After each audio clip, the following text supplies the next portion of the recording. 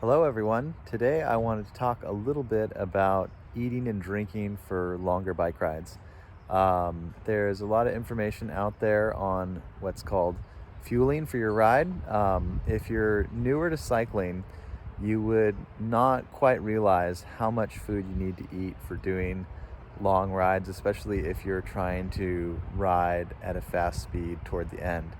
Commonly, people will undereat and feel fine for half the ride, maybe even three-quarters of the ride, and then feel really disastrous at the end. And it's not because you didn't eat enough at the end, but it's because you didn't eat consistently all throughout the ride. Now, you have to take context in mind for deciding how much is the right amount of fuel for you. Are you doing a flat ride versus a hilly ride? Are you going easy, moderate, hard pace? What's the temperature like? Really, really cold, you need fuel, and really, really hot will have you be burning more calories too, but it also will make your stomach more likely to be queasy. So you have to vary what you eat depending on the conditions and also depending on your individuality.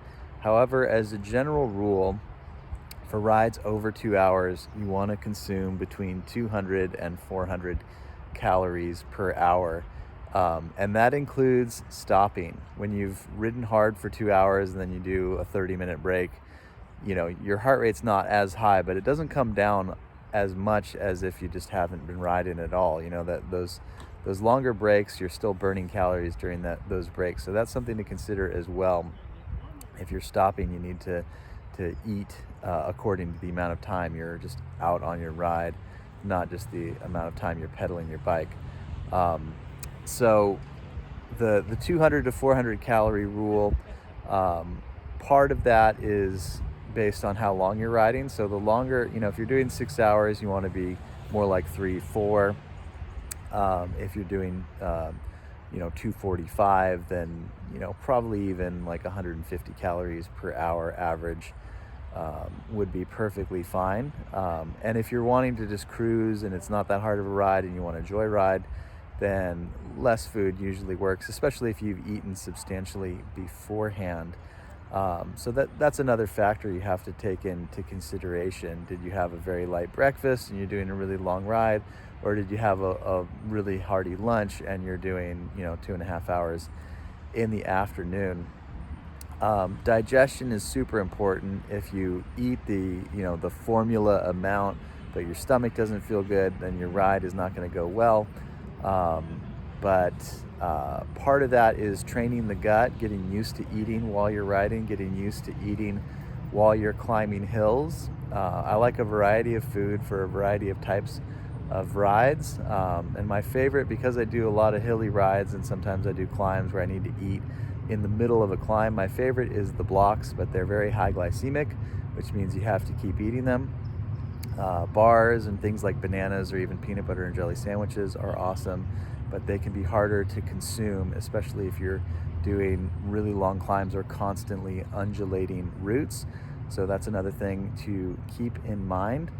The pro athletes are using a term called training the gut these days, referring to getting used to consuming a high amount of carbohydrate while doing their high intensity efforts and over the period of time. So when they do a race and they're trying to eat 90 grams of carbs per hour, their stomach is used to that. So digestion has several factors. How much fluid you're drinking, it can't be too little or too much. How long you've had since your last big meal before you start your ride, the types of food you're eating and your individual sensitivity to that, as well as other factors such as the weather and whatnot. So it's good to know yourself. It's good to know what works for you and what doesn't. And also to know that just because something doesn't work the first time you try it doesn't mean that you won't eventually adapt to it.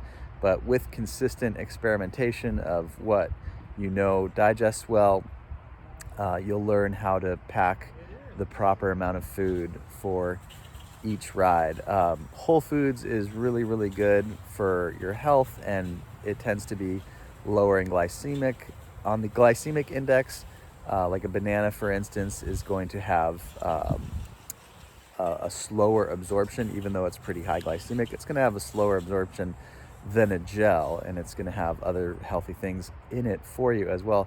One of the things about whole foods is that the packaged food stores a long time, so you can just keep it on the shelf and just grab it quickly if you don't have time to prepare yourself homemade bars or sandwiches and whatnot. It also tends to take up less pocket space, so if you can stop and refuel your pocket space on a 100-mile ride, because there's a lot of stores along the way, that's one thing.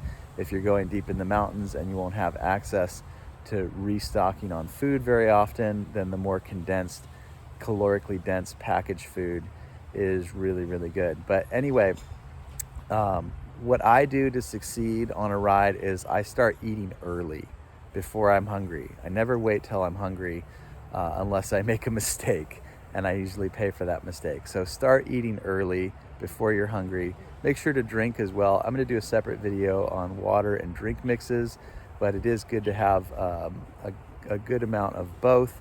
And unless you're having a lot of salty food, then you can just have water. But make sure to eat and drink consistently before you need to, and you'll have a good outcome at the end of the ride. It really makes a difference with how both your body feels and how your mind is working.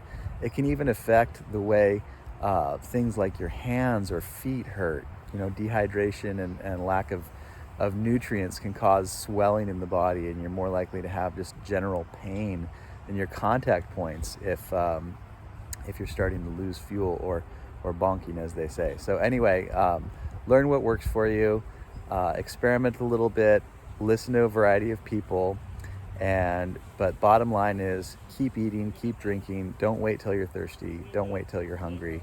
You got to stay ahead of the curve on this one, and then the outcome will be much, much better. I wish I learned this lesson without learning the hard way many, many times years ago, but perhaps I can help you to beat this beast known as the bonk and enjoy your cycling more and more throughout time.